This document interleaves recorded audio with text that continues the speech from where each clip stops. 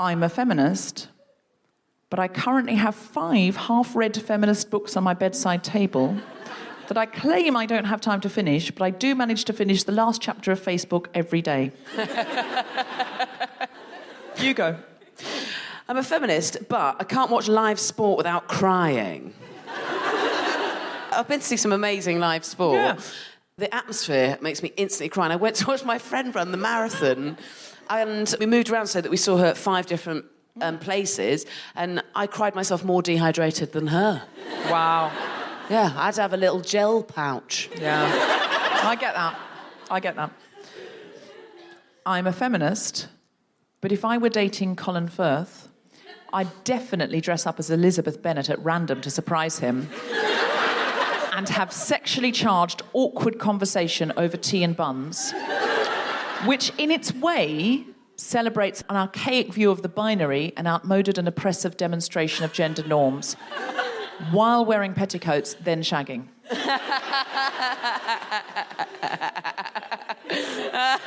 There's probably some petticoat porn somewhere on the big wide internet, isn't there? I mean, there must be. Yeah. Oh, we had loads. I'm a feminist, but my partner told me that one of his exes was the most in love he'd ever been, and also that she was so tiny in stature and weight that once during sex he spun her round on top of him like a helicopter, and I was only really jealous about the helicopter bit. Was this in the middle of a row? Was he throwing this at you? It was before, in his defence, it was before we were properly together. It's when we were being annoying. He wasn't into me then. I was totally smitten with him. Oh, how things change. I'm a feminist, but someone in the comedy industry said to me the other day, male producer, I feel like this Me Too movement wouldn't have happened without Trump being elected. Undoubtedly, I replied. So the success of your podcast is partially due to Donald Trump, he said. And I said, well, in the way that you don't need feminism unless you have a patriarchy, but maybe I'd have had other opportunities if men weren't the first port of call for all creation in the context of the media refusing to see that the white male straight cis experience isn't the human experience or the neutral experience or the normal experience. So yes, if you want to see it that way, I owe Donald Trump my comedy career. But in another very real way, male dominance owes every woman so much in back pay that the deficit is surely in our favour, and I owe Trump nothing. And I thought, I'm getting better at this, because a year ago I might have gone, he's gone.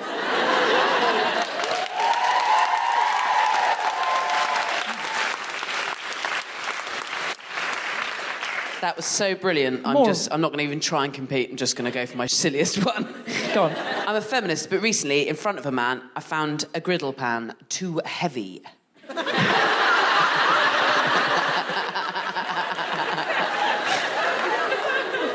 be fair, it was a Le Creuset.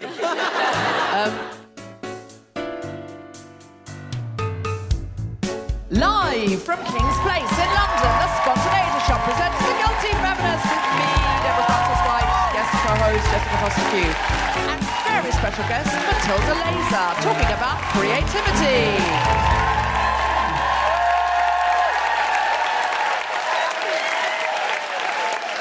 This is The Guilty Feminist, the podcast in which we explore our noble goals as 21st century feminists and the hypocrisies and insecurities which undermine them. How are you, Jess Fostekew? I'm very well, how are you? I'm very well. I'm excited to be here. We've got such an exciting show tonight. It's a bit exciting, isn't it? We've had a lovely day, we're going to have a lovely night. Yeah. Big heads. Sometimes on this show, we just sort of pick a theme that we're interested in talking about and we riff, but it's really comedians who don't know much. Tonight we've got guests who really know things. Yeah, we can, if we Talking want, maybe we can just like listen and nod. I mean, that sounds great on podcasts. No. I was just listening to a podcast. I was listening to an edit of The Guilty Feminist and I was like, I talk too much and I interrupt too much and I hate myself. Excuse me. I hate listening to myself. And I know that's not feminist.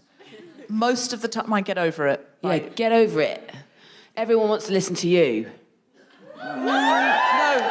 See? No, let's not turn this into a rally. I don't want to be a cult leader. It's the right I left kind of a cult rally, though. deliberately on purpose because I didn't want to be in one. But I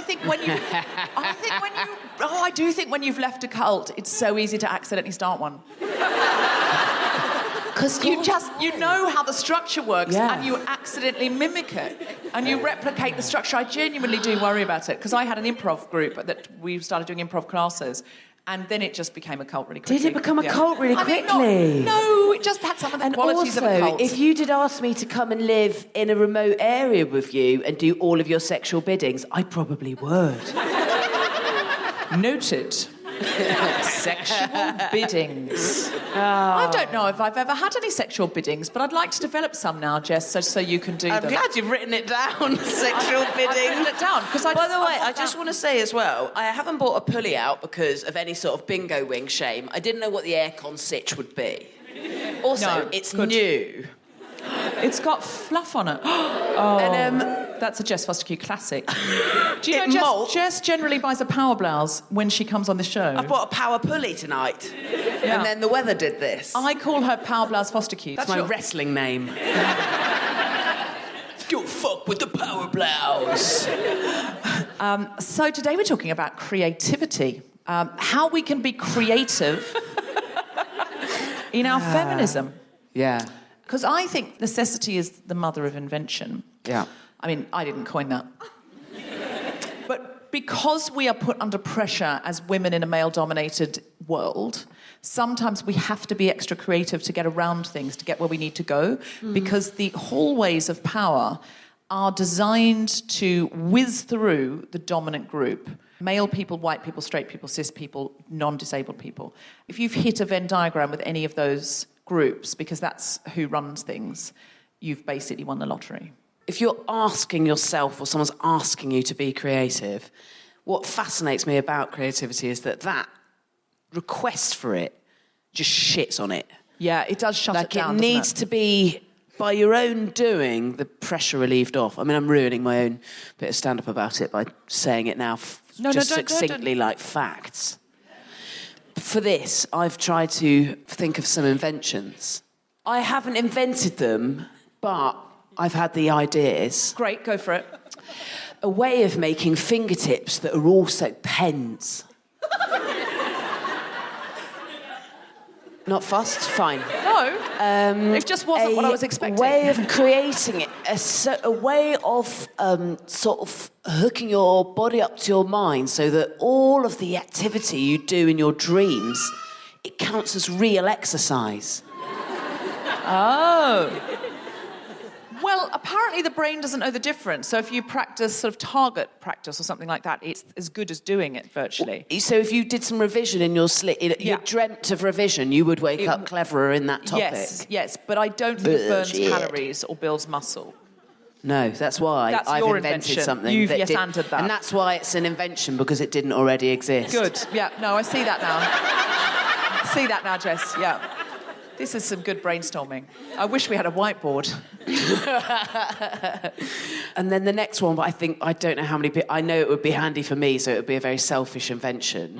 And I'm sure some people just achieve it just through having really great mental health. But I'd like there to create some sort of machine app download internal thing that meant that, you could go, I've had enough to eat. Fine, I think lots of people are aware of that feeling. But then go, and so I would like to stop. Oh. That is a great invention. Yeah. And I feel like lately, you know, when something takes you over and then you think, I'm totally out of control of this, and the eating's doing me, I'm not doing the eating. And it's honestly not about body looks or shaming or anything. It's just about, I don't like being sort of cut off. Somehow my brain goes into a place where I'm eating more than I need to. And I had an epiphany the other day in the shower. Sounds delicious. It's not a flavour of galaxy. Oh, should be. New invention. My epiphany was, and it's a bit of a weird one, but go with me. My relationship with food is one where I can flick over that I am dominant and food is submissive. Because I think my whole life I was submissive to food and it was dominant to me. So it was Christian Grey. And I just suddenly went, I can change this up. And then for a long time, like, we were just in a sort of more in a healthy relationship where Neither of us were dominant, neither was submissive. We were just having missionary position sex. And then I just suddenly went, I could choose to be dominant, like I could be a dominatrix over food. And it's really worked. I went to the fridge out of habit, stood there and went, I don't want you. I've no interest in you. My body is not hungry. It's in need of nothing. And I shut the door in its face. And it was, you know, I'm sure... That fridge is still wanking about that now.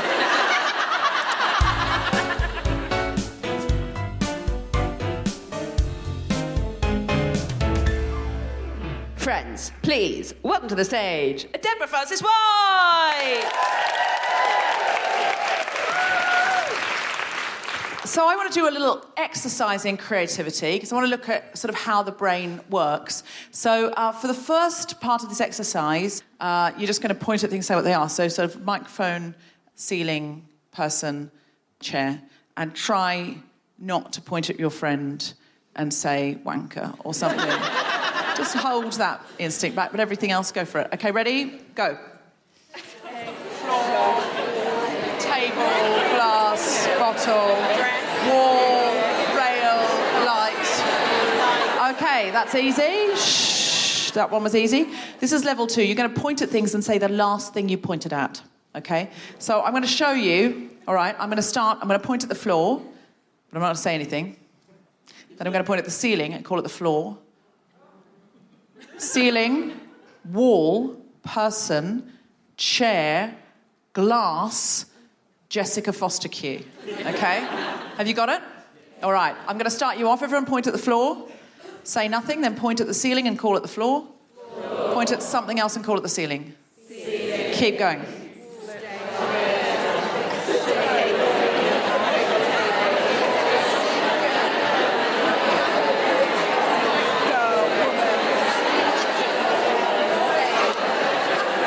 Okay, and stop. How's that one? It's hard. Harder, certainly, harder. Okay, this is the third one. You're going to point at anything and call it anything else. It doesn't have to be limited to things in this room. So you're going to point at the chair and call it an egg beater. Point at the stage and call it your mum. Okay? Go! Dog, radiator.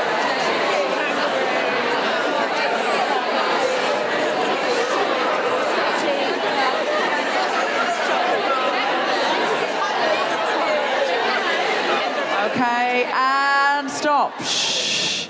Okay. How was that one? Yeah. For some people, that's easier. Some people, that's harder. For many people, the first one obviously is easy for everyone because it's just what you've been doing since you learned to talk.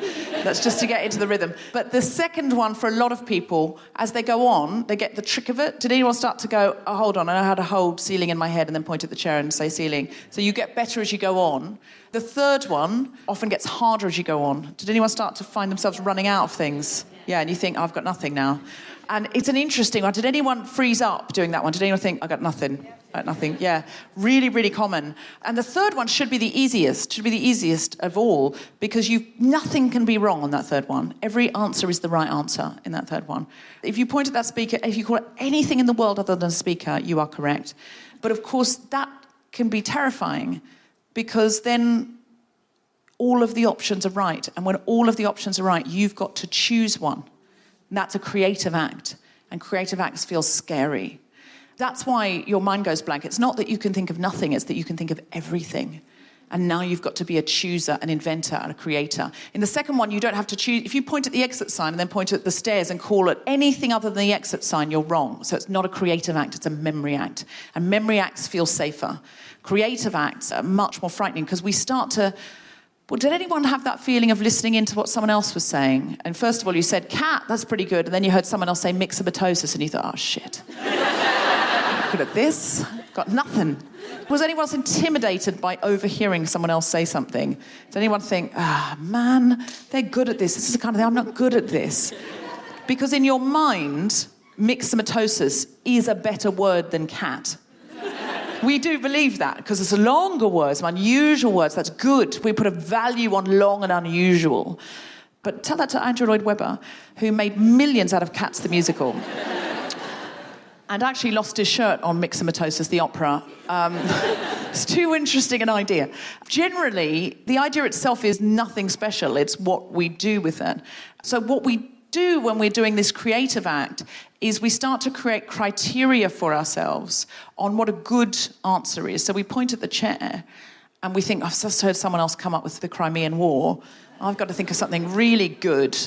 And so we start censoring out our ideas. We think, dog, that's not good enough. Does anyone remember doing this? And you start to create criteria. So, for example, a good word is a long word. Or did anyone else hear someone else say something and then think, oh, that's in my mind now. So I've just heard them say garden. I can't now say garden because I've heard it. It's not inventive. But there was no rule that said you couldn't repeat what someone else had said. Did anyone have a moment where they wanted to repeat their own idea? So you thought, I've already said dog once. Can't say dog again. All I can think of is dog now. But no one said you couldn't say dog more than once. That's a rule you made up. You made this job harder for yourself. You made this harder. You could go dog, dog, dog, dog, dog, dog, dog. As long as you're not pointing at a dog, you're winning. But you go, can't do that. That's not inventive. That's not creative. You put that restraint on yourself. Did anyone have, you thought of something a bit rude or sweary that sounded a bit revealing? Did anyone censor a sweary thing? Or did anyone censor something that you thought sounded a bit kinky? That will have happened to some people. They've gone, I don't want anyone overhearing me say Oedipus. There's no need for that. That's too safe. That's too rude. That's already been said. What if someone overhears that and they don't like it? And so we start to create all of this criteria for what's good. And that's why we freeze up. But all of those voices inside our head, that's our inner censor. Now, I learnt this game from a man called Keith Johnston. I'm very sorry a man made it up.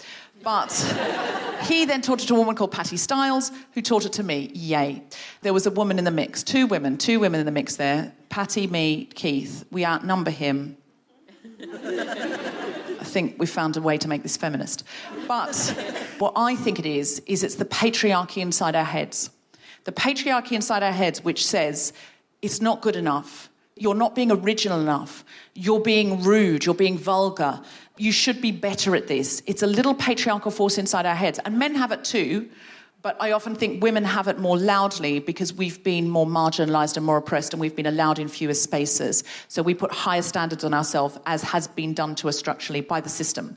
So I want you to have another go at it and see if you can free the patriarchy in your head. Now, I'm going to show you a cheat way to get the patriarchy to shh, so your creativity can pop up. Because your creativity, I think, is like a little imp that's in a cave and it wants to come out and it creeps out to play, but it can be so easily scared back into the cave by your judgment, by you going, not good enough, imp. And so all of the rules that you've put on yourself, the patriarchal rules, did anyone have, it can't be a thing in this room because the things I said were egg beater and your mother. So did anyone feel disappointed if they said chair when they were looking at the ceiling? Yeah, right? Right, okay. That's a fake rule. You've made that up. I never said it couldn't be things in this room. Did anyone do a category like things in my handbag and think, oh, I've cheated that now.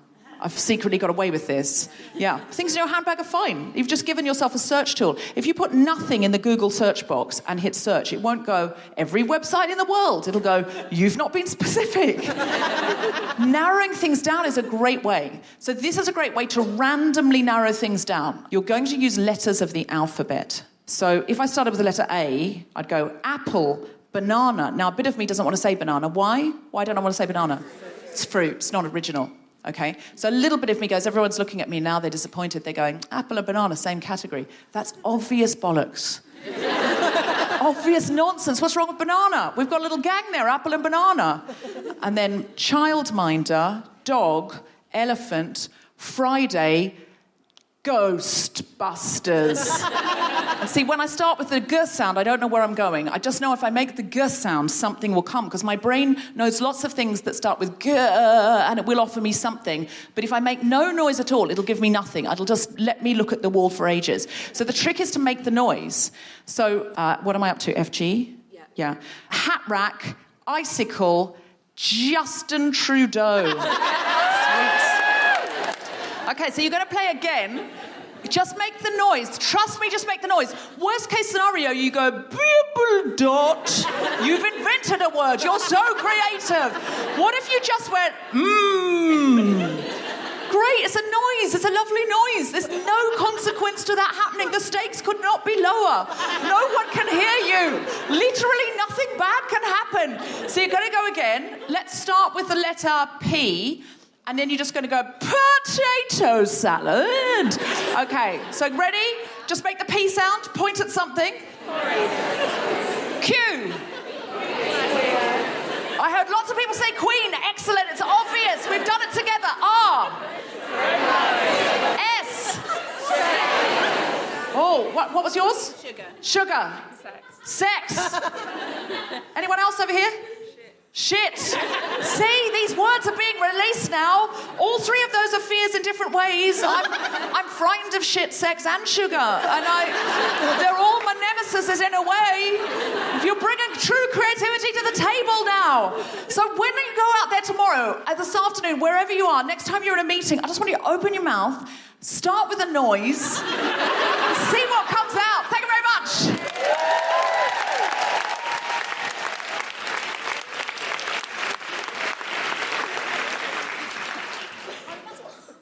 That's what so many men are doing so much of the time. They're just opening their mouth and going, I think the main thing is that we have to consider here, Andrea. And they've got nothing. No. They've got fucking nothing. You've just given everyone in here the most amazing tool set to have their own galaxy epiphanies. Whenever they want one. Our guest today was a circus aerialist for 10 years. She is now a writer and associate director with Improbable Theatre.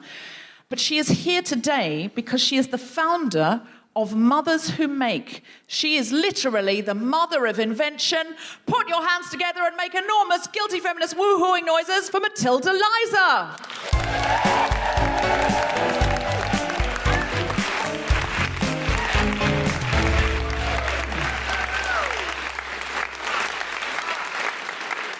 Come take a seat. You're with Tanar? This is my daughter, Tanar. Welcome, both of you. Welcome, Matilda, and welcome, Tanar. Thank you very much. Yeah. My mum, Granny, is in the audience, so the mother of the mother of invention. Oh, the mother of the mother of invention. Also here tonight, the granny of invention. The granny of invention. The granny of invention. I love that. That's a Twitter handle if it doesn't already exist. Yeah. Granny. If So we exactly, grandmother of invention, you've got to get on that. Make yourself a Twitter handle and start tweeting instantly, Instagramming. Are you interested in that, Mrs. Leyser? You'll think about it, yeah. She's got polite to you, Deb. Polite may have said no. She's got a life. I mean, she's not going to go there. So, Matilda, can you tell us about Mothers Who Make? Well, I thought I was a feminist, and then I became a mother, and I was appalled by the discrepancy between how hard it is, how creative, how kind of complex, how political. I never worked so hard in my life, never had to be so creative, even though I thought I was an artist beforehand. And the thing that I heard myself and other women who thought of themselves as feminists saying of, what are you doing right now? Oh, I'm just being a mum. You know, that's just. And the sort of discrepancy between what it was like and what it involved and the kind of sophistication that involved, as opposed to the kind of, oh, you're just being a mum, and how dull, and how brain-numbing, etc., etc. Yeah. Yeah.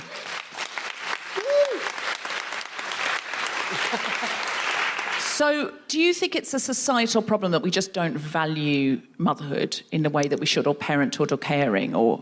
Caring, I would say, because in many ways, motherhood is the most visible form of care, even though it's marginalised. Yeah, absolutely.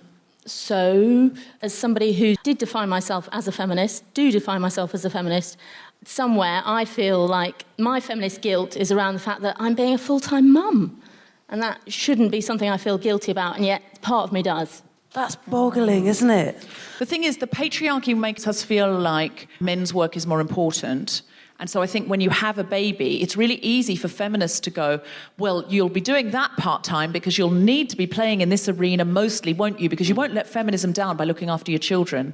Exactly. Yeah. And how have you counteracted that? When I became a mum, I went along to the requisite number of mother and baby groups, and a few things... The requisite number, just to be clear. Requisite number. I think about 5.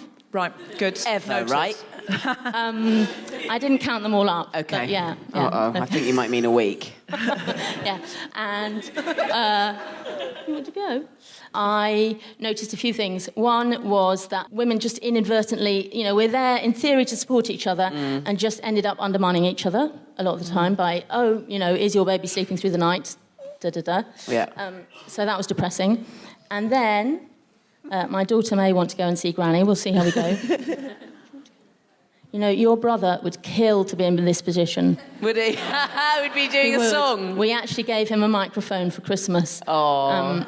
Which he sings Beatles numbers on. Do you want to go and see Granny? Okay. No? No. Oh, you want to see? Okay. We're going to go and see Granny. Hang on a second. Yeah, no problem. Okay. I think there's a thing with that idea that it's caring generally, but that mothering or parenting comes under that same bracket of all caring, but to the point where... Does Granny want to come up too? And you can all sit together? No? Yes? We'll see how we go. Yeah. Hey, Granny, I'm invention. Why don't we do another... Yeah. Thank you, Jess. I just have to say, I have to tell a story that my mum would never tell about herself. So she is the grandmother of invention. She has 4 children. I'm the youngest. When she had her first 2, so my eldest siblings, she finished her history doctorate in Oxford by projecting the books that she needed to read onto the wall while she could also care for her children. Whoa. So she had both of her hands free. Oh, my God. That makes me feel so guilty about how I pissed my degree away. With zero responsibility and lots of punting. On that thing of, if you are a mum, you're expected to be doing things other than being a mum to feel in any way fulfilled, is so ingrained to such an extent that a friend of mine who is a very new father, and his partner has now gone back to work after, I think, 5 months, and he is doing the bulk of the parenting whilst also working self-employed in a creative capacity. Someone said to him, "Oh, my word, you're amazing. You're like a super mum." Wow. To him, and you're like, because I think people are so used to equating the female parent, if there is one, as being the insane, multitasking juggler of all things. And actually, I mean, you're doing that even if motherhood's your sole job at that time. Yeah, because you have to. But also, as well, this assumption sometimes that you are incapable of creativity with parenting, with mothering. Yeah, exactly. So that's the other thing I noticed when I went to these requisite number of mother and baby groups. Most of the women there were on a fixed maternity leave and going back to a job after 6 months to a year. A much smaller number were giving up work or using motherhood as a chance to change direction and committing to being full-time mums for a bit, a much smaller number. I didn't feel I quite fitted into either category because, almost everyone else I know who works in the arts, I've worked freelance and nobody was going to give me maternity leave except myself. And also, because of working in the arts, I felt like I had a job that I can't give up. So there was a kind of economic factor, but also a more emotional, psychophysical factor in the sense that it's part of who I am. And that got me interested in how motherhood and creativity align and how the language of motherhood is borrowed from the language of creativity and that we conceive of an idea and give birth to a project. She's just getting the boob out. I'm not a comedian, but I have a very good collection of breastfeeding stories, if you need. I'm up for sharing some of those. Yeah. Sorry, I don't know your name, Matilda's mum. Sorry, can I just want to give you a mic, just in case you want to join in. Absolutely. Because I don't want a woman on the stage who's not No. amplified. Very good. Very good. I feel uncomfortable to have a woman... Hey, is this on? Makes me feel uncomfortable to have a woman on the stage who's not amplified, in case Very you want to good. join in. Thank you. And, all generations represented, so... Yeah, completely. So I got interested in those parallels, and I noticed how there are so many parallels between, all the kind of qualities that are required of me as a mother are very similar to those required of me as a maker. They both keep me up at night, both my children and my artwork. They're, stamina, patience, stubbornness sometimes, sensitivity, you could list them. And I was kind of appalled by on the one hand, there felt like there were so many parallels between my mothering and my making, and on the other hand, the cultural message was absolutely clear that the two are incompatible. You've got to drop off your child or drop your art. And you're demonstrating now that you don't have to do that because you're here on the podcast with your child and it's working and you're saying very articulate things while your child is also playing. And currently She's getting hammered, drinking water. There's gin in there. Yeah. And do you know Maggie Adarin-Pocock? She's an amazing, amazing astronomer, scientist. And every time I've seen her, she's been on the stage with her baby. And she once just gave the baby to me. I was hosting the event. And then someone came and took the baby from me, which I assumed it was her nanny. And then she came off the stage and said, "Where's my baby?" I said, "A lady took your nanny." She said, "I don't have a nanny." And I was like, "I've given it away." And she said, "Oh, it's fine. At these events, there's always somebody who will hold her and she'll turn up." And do you know she did? And the next time I saw her, and this baby is being raised at work, which is amazing. She's been raised in science. She's been raised on the stage. And next time I saw her, she was getting an award, Maggie, not the baby. Yeah. But I wouldn't have been surprised. But Maggie was getting an award at a Women in Television film event. And the baby came up on stage as well, 6 months to a year older. And as she left the stage, she waved like the Queen. Because she was she was so used to being on stage now. This was just her life, and it was just normal. And I thought, my God, this baby's being raised with confidence. And do you feel your son is older and he's been raised in this way? He is older, and the reason he's not here with me, because I brought him to work for a long time, is that he would hog all the microphones. Yeah. I've got to that point. Mine's 2.5, and I've got to the point where I recently made a programme about birth and then a little extension about pregnancies and beyond for 4 Extra, and I recorded as many of the interviews as I could for it with him there. And in all the times that he was there, through the conversation that's happening, you can hear over a microphone nearby someone say, "Twinkle, twinkle, little star, can I wonder?" Properly owning it. Wow. It's not that, but I think the assumption is, you won't be able to finish a conversation, you won't be able to physically be engaged, you won't be able to intellectually be engaged, you won't be able to have an idea in the moment. We can up to an extent, you can manage. This is some huge drama going down. We can manage, but then it's... Oh. Every age so far has come with its own challenges on that front. Exactly. But you're wearing a little shelf that Tanar sits on, and I've never seen that before, but it's like a hip shelf. It is. It's called the hippie chick. Cool. And your baby just holds on and it gives her somewhere so you don't have to hold her up, so she's got a place to balance. Exactly, yeah. Does it double up as a bum bag? Because I've heard they're coming back in. I have actually seen them with zips. Oh, I mean, Jessica's so zips. into this. So into this. So tell us about mothers who make. If you are a mother and you're listening to this, what's the criteria? Who can join? So if you understand it and you feel the need for it, then you can join. Therefore, it's self-selecting. So if you identify as a mother... If you identify as a mother, any kind of mother, adoptive, surrogate, biological, grand, great-grand, to-be... And if you identify as a maker of any kind, so we've had my favourite the other week was a taxidermist. Wow. So if you identify as a mother or carer, you can join Mothers Who Make. Yes. And do you come together into a space and make together? That has happened, but mostly, so far, the kind of heart of it has been peer support groups. I never intended to found a national network.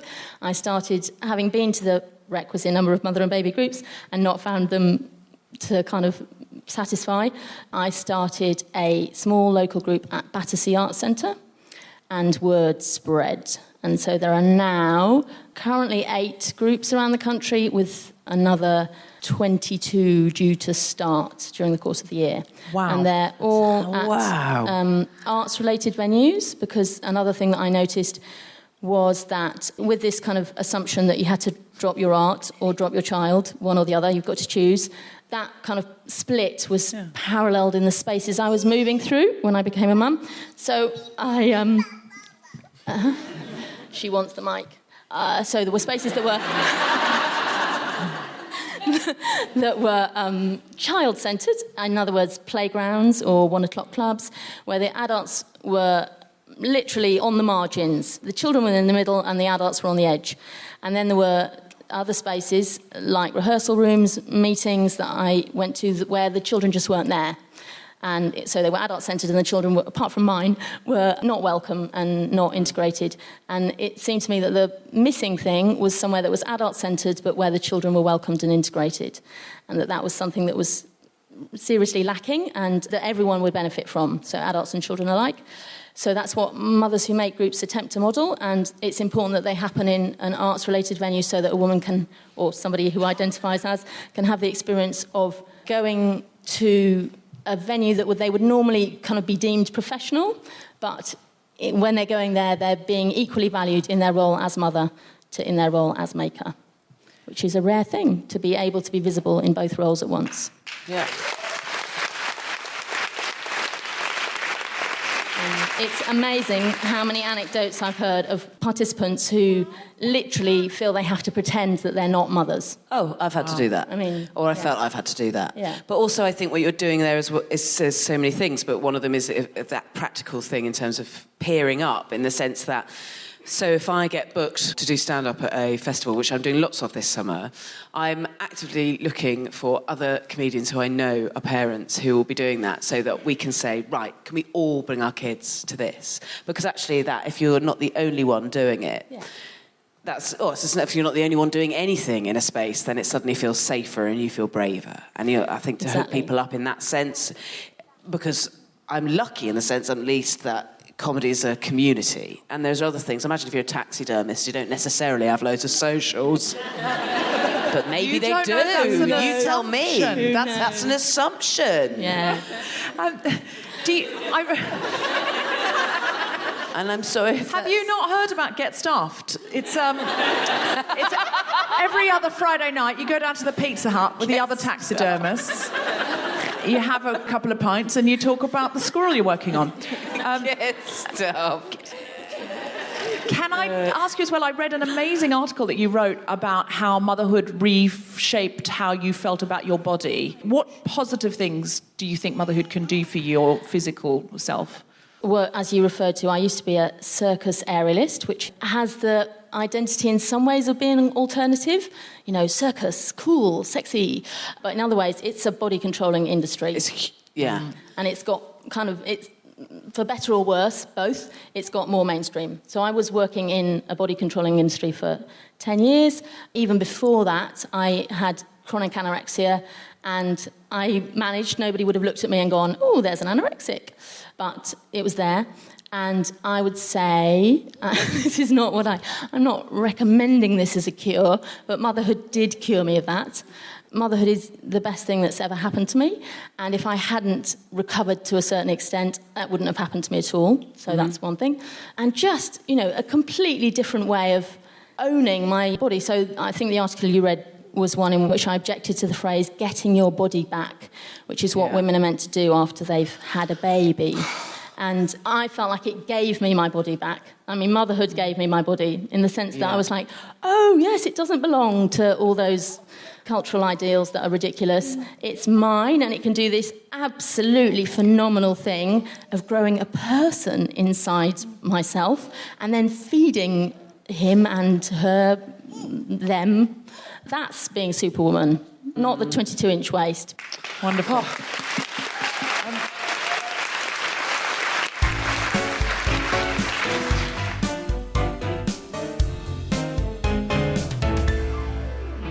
Hello, Guilty Feminist, it's Deborah. I just wanted to let you know that on Wednesday, the 30th of January, I'll be appearing in a show called A Musical, the show where comedians sing show tunes. I could not be more excited about this. If you knew what a musical theatre lover I was, you would be just as excited for me.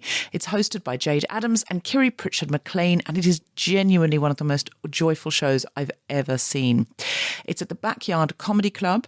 There aren't many tickets left, I have it on good authority. It's me and some other comedians doing it. So please, if you'd like to come and see me singing a song from a musical, or maybe two, you can get tickets by going to amusicalshow.com. theguiltyfeminist.com.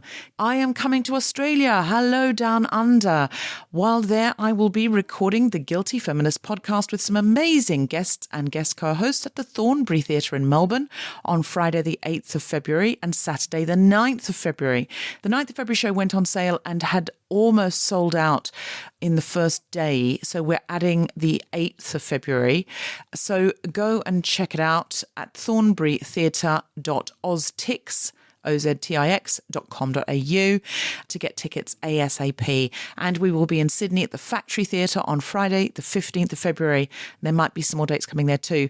Go to factorytheatre.com.au for tickets. If we're able to play any more cities in Australia and New Zealand, we'll let you know.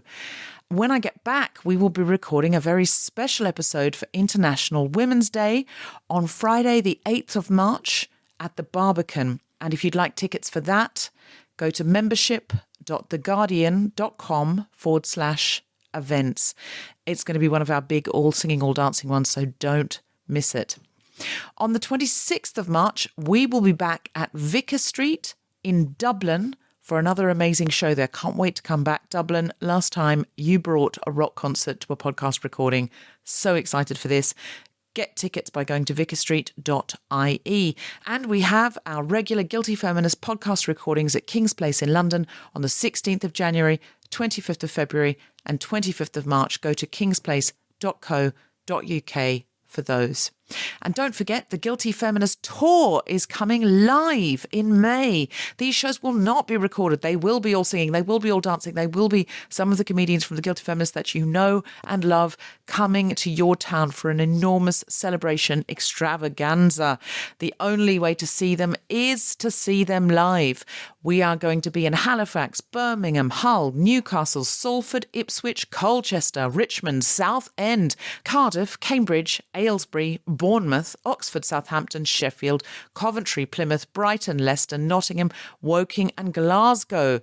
So find the one closest to you and go to guiltyfeminist.com to see all the dates and times. Finally, can I say thank you so much to everyone who signed the petition for Sea Watch 3. There were refugees, including women, minors, children and a baby, just floating around in the sea. No country was prepared to take them. And because of your petition signing and pressure to your MPs, the boat was allowed to dock and everyone is safe and on dry land. Thank you so, so much. You know, we're all more powerful than we think we are. And whenever we seek to change the world, just the act of doing so gives people who are suffering injustice hope. So thank you so much. And back to the podcast.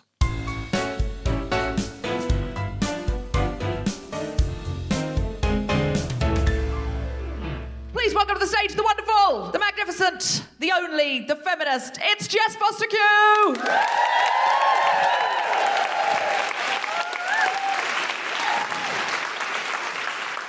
Hello! So, creativity, I mean, ironically tricky to write jokes about. So instead I've done you a list of solid facts you already know.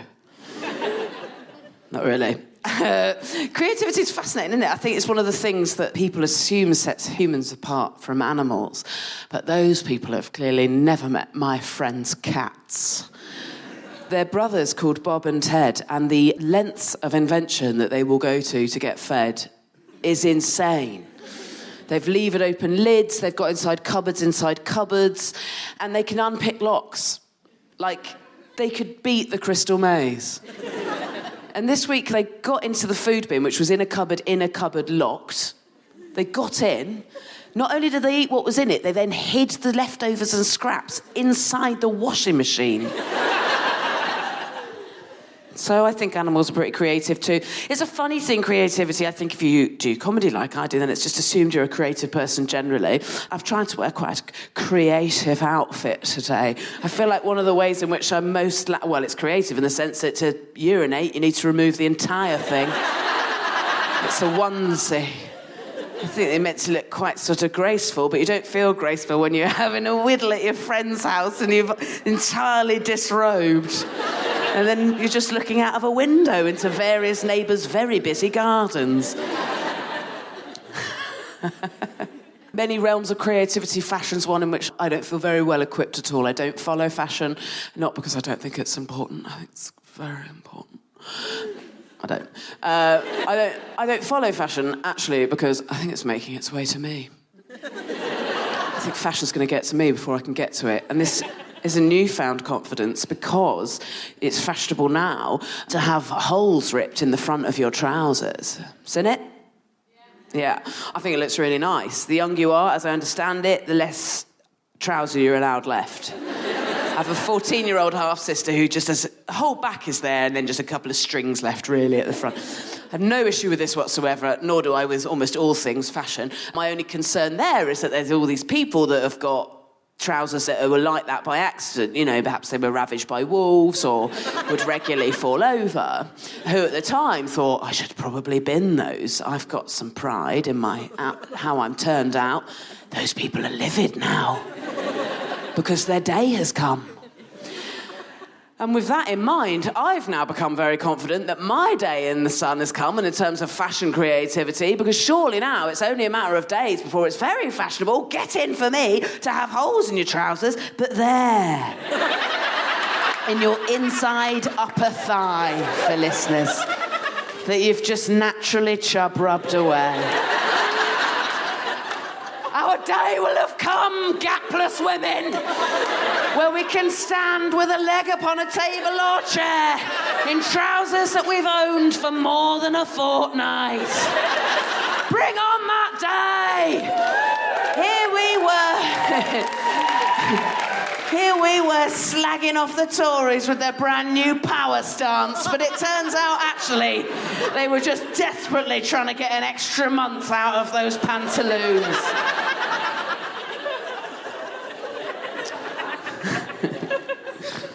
With children, creativity is the girly thing, and boys get to learn how to build engines and fix stuff, and girls get to make things and care for things. And I'm trying to do things a bit differently there with my kid. I have a 2.5-year-old, and I was that person who, before I had a child, would say things like, I don't care if I have a boy or a girl, I just want to have a strong daughter or a gentle son. And as karmic revenge for that smugness, I've got a really violent boy. But I am still desperately trying to bring him up to know that if he wants, he is allowed more than just the one emotion. I said that in Llanelli recently, and they booed. But anyway, my mum is not into it. She's not into this caring, creative bent for my son.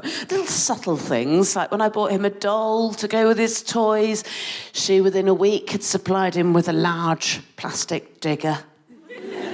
Very subtle. At Christmas, I got him a whole play kitchen with all like the little wooden food and that, and you can make all this food. Oh, surprise, surprise. We got a strange extra January present from Nana. Tickets to Diggerland. A real, actual theme park in Kent. And my favourite, and the least subtle of all the things my mum's done, is she's bought him a blue top that just says, boys, boys, boys. The best thing about that, though, is actually, now that he's got it, if you put it on, he looks very much like a very gay baby. Yeah! She could have bought him a gold sequined codpiece and he'd look less like a gay baby than he does in his T-shirt that just says, boys, boys, boys. So I'm just about winning that one. I think what's fascinating about creativity is that we often associate creativity with inspiration. And I think that inspiration is perhaps cruel in terms of when it strikes. The main times I'm aware of that I felt brutally inspired with the most magnificent ideas are either just as I'm slipping into a very real deep sleep, in the shower, or in the car. It's like someone giving you a massive wad of cash and the only place you've got to keep it is in a fire. Because you can't write it down then, can you? Not without ever having a proper sleep or wash. That's why I think that very creative writers aren't as famous as like actors and stuff. It's not because they're behind the scenes. It's actually because they're all hanging around in the wreckages of their car crashes, surrounded off their tits on cans of Monster, either stinking of their own bodily filth or surrounded by very soggy notes. Yeah, needed more writing. The key to creativity, I believe, is not to crush it with idealism. Don't be fooled into thinking that it needs any sort of perfect conditions to thrive, that everybody is capable of it. It doesn't need, ideal situations to exist. It's not an azalea or a parsley. I've never managed to grow one. You don't need a day or even a full hour. You probably don't even need that piss. You don't need to have checked all of Instagram to be ready for your creativity. Crucially, what you've created doesn't need to be brilliant. It doesn't even need to be good. It just needs to exist. To quote Pablo Picasso, inspiration does exist, but it has to find you working.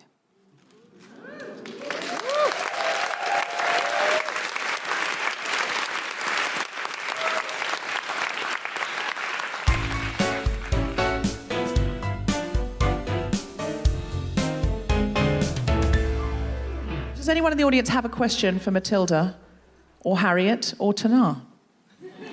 Oh, yeah, you could ask her what... She may not question? perform, but you could ask her what her favourite word is. Oh, Tanar, what's your favourite word? Yeah, say that again. Oh, did you say that again? Baby bum. Did you hear that? Bum. Baby bum. Yes! Brilliant. Well done, Tanar.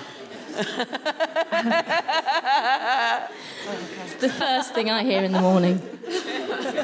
I just had a quick question. You mentioned some negative feedback in the mothers groups, and we were talking about the patriarchy. I think that the problem that women have is that we tend to judge each other really severely, especially when it comes to motherhood. Yeah. And I'm wondering, what the panel thinks about where the solution lies, us kind of championing that as women, but then also how do we fight that within the patriarchy as well? Well, the solution is to women How do we judging each other? How do we solve Stop. the judging part? Just don't do it. Yeah. Yeah. I mean, it's it really is at play groups and stuff like that, in terms of that judging of other types of mothering. You just choose to... to just stop. Stop doing it. Has she run out Hopefully she doesn't mean the stop doing podcast. I mean, I'm not a mum. It looks like a scary world. Is there anything that you have adopted as a principle in your group to get around that? So the thing that I would say has made most difference in terms of the groups that I hold are mainly, they're quite a simple kind of talking circle, peer support structure. And I make it very clear that any kind of mother is welcome, whatever kind of mothering she's doing, and any kind of maker. Yeah. And they're a held space. It's not a kind of social chit-chat space. And just that in itself enables people to relax enough to know that it's okay and that they can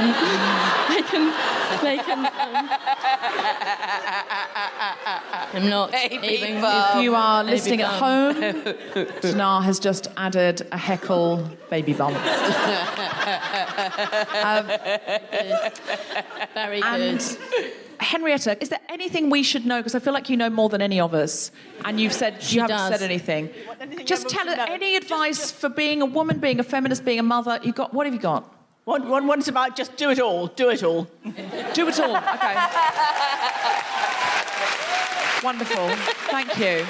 You can have it all. You can have it all. And if we want to join Mothers Who Make, where do we go? And we're in the middle of building a website. For now, go to Facebook. Go to Facebook, Mothers Who Make. Mothers Who Make. And it's a closed group, but I'll add you in. And if people want to build these in other parts of the world, because this podcast is listened to around the world, can they contact you for... They can. Guidelines? Yes. Matilda at motherswhomake.org. Matilda at motherswhomake.org. Get in there and baby bum it out. Thanks very much. Brilliant. We let you guys Thank go. you. Thank you.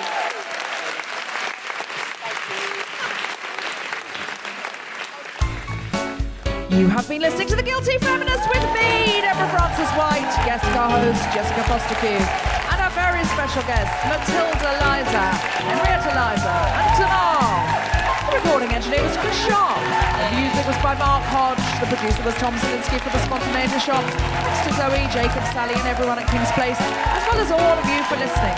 For more information about this and other episodes, visit guiltyfeminist.com.